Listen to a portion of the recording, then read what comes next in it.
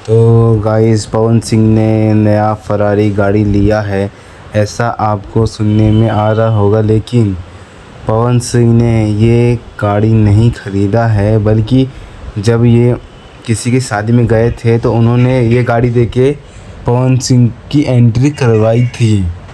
और पवन सिंह का एक नया गाना आने वाला है जिसकी शूटिंग के लिए वो गए थे, और उसमें आपको ये गाड़ी भी देखने को शायद मिल सकता है।